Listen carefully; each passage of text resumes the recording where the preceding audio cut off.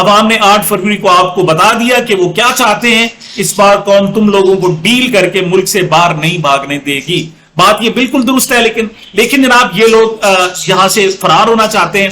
اب یہ وہی بات کہ جناب ایک ماٹھا شخص کسی پہلوان سے لڑا، پہلوان نیچے گر گیا، وہ اوپر آ گیا، اب اسے مار بھی رہا ہے اور رو بھی رہا ہے.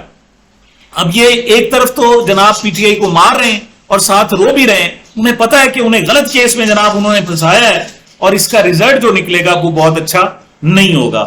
اگلی خبر ہے جناب میرے پاس گلوکار ملکو کے حوالے سے کہ عمران خان کے لیے نقدہ کوکا اور قیدی نمبر 804 گانا گانے والے گلوکار ملکو کا نام ECL پر ڈال دیا گیا ہے. ملکو نے برطانیہ کے مختلف شہروں میں پرفارم کرنا تھا. کتنی باعث شرم بات ہے. یہاں پر میں کہوں گا منصور علی شاہ، جب یہ ملکو کے خلاف کارروائی شروع ہوئی تھی تو اسی وقت میں نے بھی اور دیگر لوگوں میں نے کہا تھا کہ حکومت انہیں برداشت نہیں کرے گی، لیکن جناب منصور علی خان مذاق اڑایا کرتے تھے. دیکھو جی وہ اس کے خلاف تو کچھ بھی نہیں ہوا، کچھ بھی نہیں ہوا، گانا گا رہا ہے جناب. یہ انہیں برداشت نہیں ہے، نام اسی لیے ECL میں ڈالا ہے اور یہ انتہائی گھٹیا ترین حربے استعمال کر رہے ہیں. ایون گلوکاروں پر، ایون جناب جو آرٹسٹ ہیں ان کے خلاف بھی اس قسم کے ہتھ کنڈے استعمال کر رہے ہیں. اور ان ہتھ کنڈوں کا گلوکاروں پر استعمال ہونا یہ بات بھی ظاہر کرتا ہے کہ یہ لوگ ہار چکے ہیں اور ان کی جو شکست ہے بالکل قریب ہے. میں اسی فاشزم کی بات آگے بڑھاؤں گا. آپ کو پتا ہے کہ جمعہ کو جناب احتجاج کیا گیا تھا تو عامر مغل جو اسلام آباد کے صدر ہیں PTI کے، ان کو گرفتار کر لیا گیا اور اس شرط کے کہ عید جناب یہ اب جیل میں گزاریں گے. یہ لوگ سارے یعنی جو آپ نے ہمارے پاکستان کی حالت کر دی ہے وہ آپ نے جیل جیسی کر دی ہے، بلکہ جیل میں تو وہ زیادہ ان کی روح اور ضمیر مطمئن ہوگا کہ ان کا قائد جناب جیل میں بیٹھا ہوا ہے، ان کے جیل میں بیٹھنے سے انہیں کوئی فرق نہیں پڑے گا.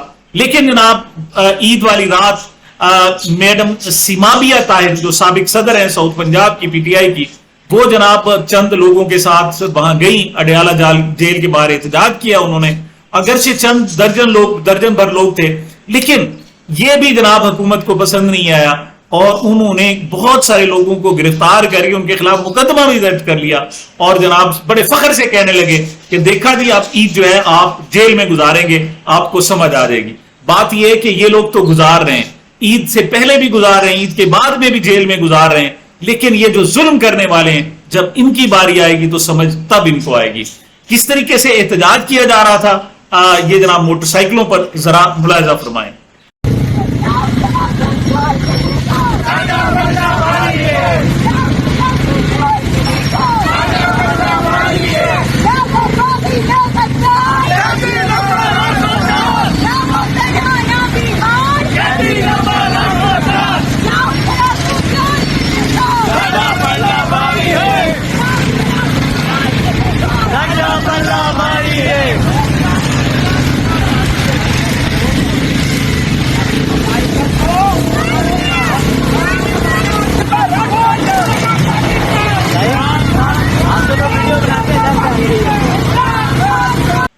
پاکستان میں فاشزم کی مثال ہی میں ایک جناب حامد میر صاحب کے ایک ٹویٹ سے دوں گا. در حقیقت یہ ایک ویڈیو ایک خاتون ہے، یہ جناب سوات سے تعلق رکھنے والی ہے اور ان کی جناب ویڈیو آج کل بہت زیادہ وائرل ہو رہی ہے. یہ اپنا دکھڑا جناب پشتوں میں سنا رہی ہیں. یہ کہتی ہیں کہ جناب میرے 7 بیٹے تھے، 7 بیٹے، ایک دوران حراست مار دیا گیا، ایک کو 7 سال بعد رہا کیا گیا، 7 سال بعد. ایک بیٹا ذہنی معذور تھا، اسے بھی 3 ماہ تک قید میں رکھا گیا اور 3 ماہ بعد اسے رہا کیا گیا. 2 بیٹوں کی گرفتاری کا اعتراف کیا گیا، 2 بیٹے بدستور لاپتہ ہیں. کوئی بتائے گا کہ جو ذہنی معذور تھا اسے 3 ماہ تک کیوں غائب رکھا گیا؟ یہاں تو ذہنی معذور اسپیشل پرسن ذلے شاہ کو قتل کر دیا جاتا ہے. یہ لوگ یقین کریں اس وقت اب اپنی جناب جسے کہتے ہیں نا مایوسی کی انتہا پر ہیں. انہیں پتہ ہے کہ انہوں نے زبردستی اقتدار پر قبضہ کیا ہوا ہے اور انہوں نے جو گناہ کیے ہیں انہیں اندازہ ہے کہ ان کو ان کی سزا ملے گی. اس وجہ سے جناب یہ اس قسم کے جعلی ہتھ کنڈے استعمال کر رہے ہیں. لیکن میں اللہ تعالیٰ کا ایک وعدہ ہے کہ حق نے غالب آنا ہے اور جو باطل ہے اس نے مٹ جانا ہے. یہ لوگ مجھے پہلے میں یہ کہتا تھا کہ شاید یہ معاملہ آسانی سے حل ہو جائے، رجیم چینج ہو جائے، جس کو عوام پسند کرتے ہیں ان کو ان کا حق ملے. لیکن یہ جو حرکتیں کر رہے ہیں اس سے لگتا ہے کہ یہ انشاءاللہ اپنے کیے کی سزا بھی ضرور بھگتیں گے. محترمہ مریم نواز صاحبہ نے جناب اپنی حکومت کے 100 دن گنواتے ہوئے ایک جناب سروے جناب ظاہر کیا ہے جس میں ان کی مقبولیت 55% ظاہر کی گئی ہے، اور اس پر جناب آج کل بڑے مضامین لکھوائے جا رہے ہیں، پروگرام کروائے جا رہے ہیں، اور پتہ نہیں کیا کیا کروایا جا رہا ہے، لیکن حقائق یہی ہیں کہ جناب یہ خود فارم 47 کی پیداوار ہیں۔ ان کو تو مہر شرافت نے باقاعدہ ہرا دیا تھا اور یہ جناب 800 ووٹوں سے ہاری ہوئی ہیں۔ اب ان کو اتنا ہی زوم تھا تو جناب وہاں جیت جاتے۔ اب اس قسم کے جعلی سروے کروا کے، محترمہ سمینہ پاشا سینئر اینکر ہیں، وہ کہتی ہیں کہ جناب یہ پیڈ سروے ہیں اور جعلی سروے ہیں، ان سروے سے کوئی فرق نہیں پڑے گا، بلکہ ان لوگوں کی نفرت میں ان کے خلاف اضافہ ہو رہا ہے، اور عمران خان جو اڈیالہ جیل میں بیٹھا ہوا ہے اس سے محبت لوگوں کی اور زیادہ بڑھ رہی ہے۔ فاسزم کے حوالے سے جناب تھوڑا سا ہمسایہ ملک بھارت کی طرف چلے جاتے ہیں اور وہاں کی بات کرتے ہیں۔ ارون دھتی رائے دانشور ہیں، مطلب صرف ان کا تعلق اگرچہ انڈیا سے ہے لیکن وہ پوری دنیا کی اس وقت اچھی لکھنے والی دانشور کہلاتی ہیں۔ انہوں نے کہا تھی کہ کشمیر جو ہے وہ پاکستان انڈیا کا اٹوٹ انگ نہیں ہے۔ اس بیان پر جناب ان کے خلاف دہشت گردی کا مقدمہ درج کر لیا گیا۔ یہ میں سمجھتا ہوں کہ پاکستان کی حکومت اور مودی حکومت میں یہ ایک قدر مشترک ہے کہ وہ لوگ بھی کشمیر کے خلاف بات نہیں کرنے دیتے، اور اب پاکستان میں میاں نواز شریف صاحب اگرچہ خود کو کشمیری کہتے ہیں لیکن آج تک کبھی بھی اس نے کشمیریوں کا نام نہیں لیا، کبھی کلبھوشن کا نام نہیں لیا، کسی اور جاسوس کا نام نہیں لیا، بلکہ صورتحال یہ ہے کہ وہ جناب مودی کو تو خیر سگالی کا پیغام دیتے ہیں اور انہیں دعوت دیتے ہیں کہ آئیں تمام رنجشیں بھول کر عوام کی بہتری کے لیے کام کریں، لیکن پاکستان میں اڈیالہ جیل میں جو بندہ بیٹھا ہوا ہے اس کے ساتھ ان کی محاذرائی ہے۔ اپنی بیٹی کو انہوں نے حکم دے رکھا ہے کہ جتنا ظلم کر سکتے ہو کرو۔ تو جناب یہاں بھی چونکہ کشمیریوں کے ساتھ گزشتہ ماہ جو حشر ہوا، جو احمد فراد شاعر ہے اس کے ساتھ جو حشر ہوا، تو یہ جناب مودی اور ادھر شہباز میں ایک جناب قدر مشترک ہے کہ دونوں کے نزدیک جناب کشمیر کا نام لینا جناب ممنوع ہے۔ لیکن میں مبارکباد دیتا ہوں ارون دھتی رائے کو کہ پاکستانی لوگ تو ڈرے ہوئے ہیں، سہمے ہوئے ہیں، کشمیر کا نام لینا نہیں چاہتے، لیکن میں سلام پیش کرتا ہوں کہ آپ نے پھر بھی کشمیریوں کی بات کی اور کشمیر کا ذکر کیا۔ میرے پاس جناب خبر ہے عظما بخاری صاحبہ کی۔ عظما بخاری صاحب کہتی ہیں کہ یہ جو صنم جاوید ہیں اور ساتھ جناب جو عالیہ حمزہ صاحبہ ہیں، یہ تو اپنے جرائم کی سزائیں بھگت رہی ہیں۔ کیا جرائم ہے جناب؟ جرائم تو کوئی نہیں ہے۔ ایک سال بعد آپ کو یاد آتا ہے کہ وہ میاں والی میں جناب ایک احتجاج کرنے پر جناب ان کے خلاف مقدمہ درج کیا جاتا ہے اور وہ چوتھے دن خارج ہو جاتا ہے۔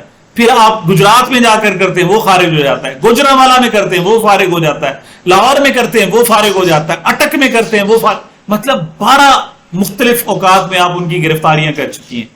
اگر انہوں نے کوئی جرم سزا کیا ہوتا تو ان کی جناب اگر عدالتیں ان کو کہتی، لیکن عدالتیں تو انہیں بری کر رہی ہیں۔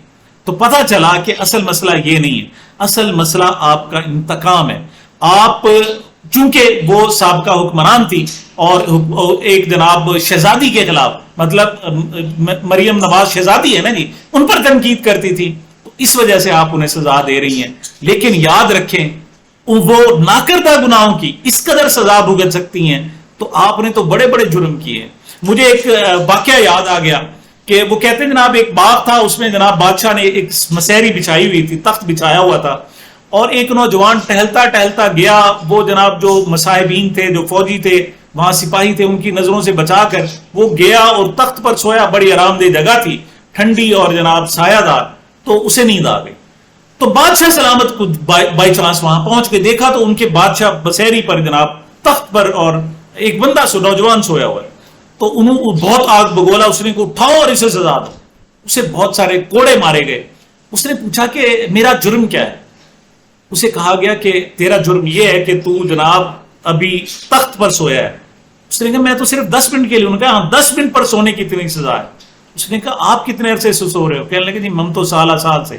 تو وہ جھوم اٹھا، کہنے لگا کہ میرے 10 منٹ تک اس تخت پر سونے کی سزا یہ ہے کہ میری چمڑی ادھیڑ دی گئی ہے، لیکن آپ کو اس تخت پر سونے کی سزا پتہ نہیں کتنے ملے گی، وہ کتنی زیادہ سزا ہوگی۔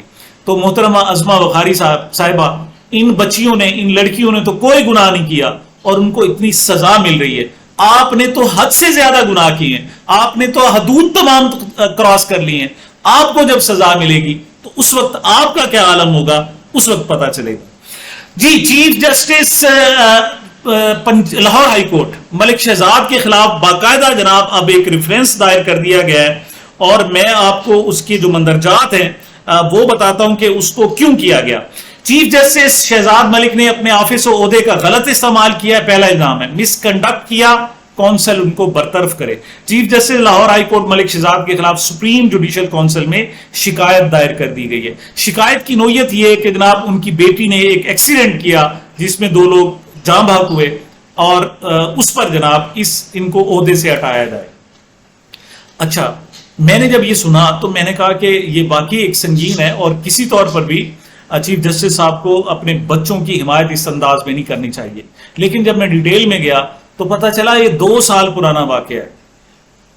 لیکن اس وقت ہمارے جو حکمران ہیں ان کو اب یاد آیا.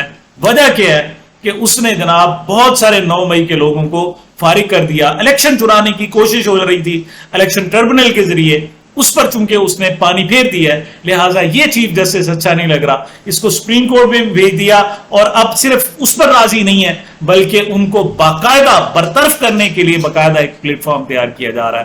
یہ بھی میں کہتا ہوں فاشزم ہے اور کچھ نہیں ہے. انور مقصود صاحب کی بات کرتے ہیں جناب, ہمارے لیجنڈری میرے پیارے, وہ پہلے بھی کہہ چکے ہیں کہ سپریم سو رہا ہے, سویا سپریم. ایک مرتبہ پھر انہوں نے گزشتہ دنوں ایک تقریب میں گفتگو کی, کیا کی ذرا ملاحظہ فرمائیں. یہی ہے, یہ ہم ایک ہی تو عزت کرتے ہیں کہ سپریم کورٹ کی, مگر ہم سپریم کورٹ کے بارے میں کہہ نہیں سکتے, کچھ نہیں کہہ سکتے, نہ کہنا چاہیے عدلیہ کے بارے میں.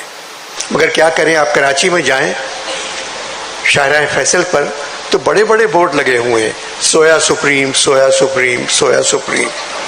جب سپریم سو رہا ہے تو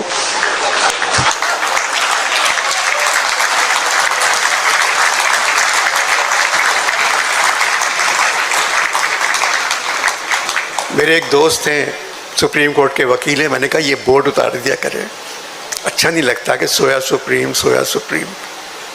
کب جاگے گا؟ تھوڑی دیر پہلے میری اعتزاز صاحب سے بات ہو رہی تھی, انہوں نے مجھ سے کہا کہ انور تم نکل جاؤ یہاں سے, کیونکہ انجام اچھا نہیں لگ رہا ہے.